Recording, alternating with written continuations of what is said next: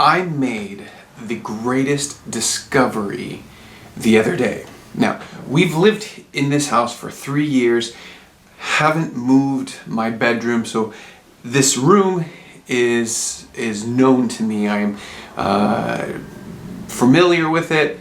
I've looked out the windows, know the kind of the crooks and nannies of this room. And the other day I was sitting here and I looked up and I looked out the window and I saw the top of Mount Rainier. Now, I'm sitting here in Tacoma and across the street there's many trees.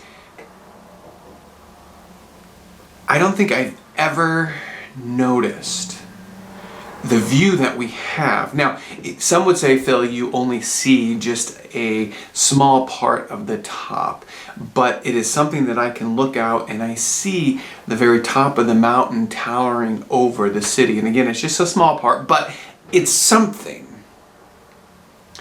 And it made me think about, I've been reading and going through scripture, trying to find some solace, trying to find comfort in the midst of all of this. And there's times, there's moments where I feel like I've got it all together and I'm feeling strong and confident.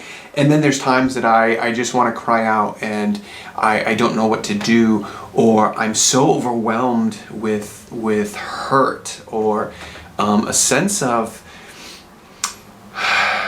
lamenting, I guess is the best way to put it. So I've really come back to scripture as I hope you have, to find something solid to stand upon it. And 102 of Psalm 102 talks about, it begins this prayer of lamenting and pleading, and God, hear my prayer. And many of David's psalms, his lamenting begins with, oh God, like I'm hurting, I'm broken, where are you? I can't hear you. Come save me. And at some point there's this switch. And in Psalm 102, verse 12, the switch comes when he says, but you, O Lord, will sit on your throne forever.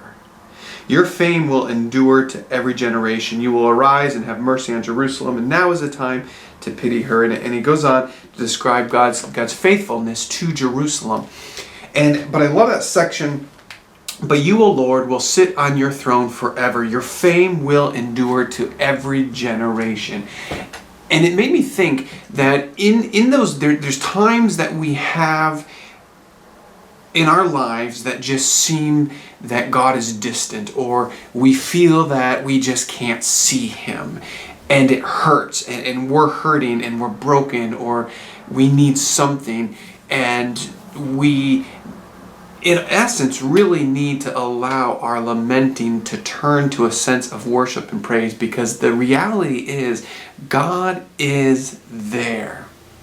Just like when I looked up and I saw Mount Rainier, now there's moments and there's times when I'm driving around Mount Rainier, or I'm driving around Tacoma, and I have this beautiful view where the mountain just sits and it just completely is exposed, and it towers. You can see the length, the width of it, and you can see that it's just this huge picture. And then there's moments where you're driving around and you go from one block to the next, and in this block it might be right there, and all of a sudden in this block you only see a little sliver. Or maybe even if I go 2 blocks over or across town, I don't see anything. But I know that the mountain is still there, towering over us as almost a protector. And what a great example of God's throne. What a great example of God's constant reign, even when we feel that He's not there, that God is there. And sometimes it just takes us looking up to see that He is there. And now this has become my favorite spot in the house, because I can sit here and yeah, I just got like this much. But it is a great comfort to me. The mountain has become. But then also it's a great reminder of God's sovereign reign. God's throne that endures forever, that will always tower over. And He is there through the ups and the downs. He is there when you don't know it. He's there whether you are in a valley or up on the mountaintop and you can see the expanse, or maybe down in the valley and you can't see him at all. He is still there. And if we are willing to look up, he will surprise us in every situation. What a great promise there for us. And even now, I've been, I feel like we're halfway through this, and where my, yes, let's go, we can do this. There's moments and there's times where I just feel like that's all fizzled out and I just want to scream. And the only thing that I can do is look up. The only thing I can do is pray. Only thing I can do sometimes is just, here I am, Lord. Sometimes the only thing I can do to get me through this is simply to worship.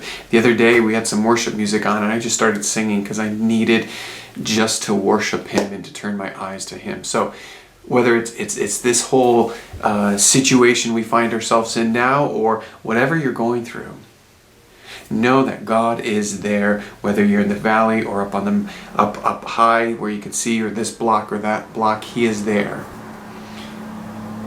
Sometimes all what we need to do is simply look up.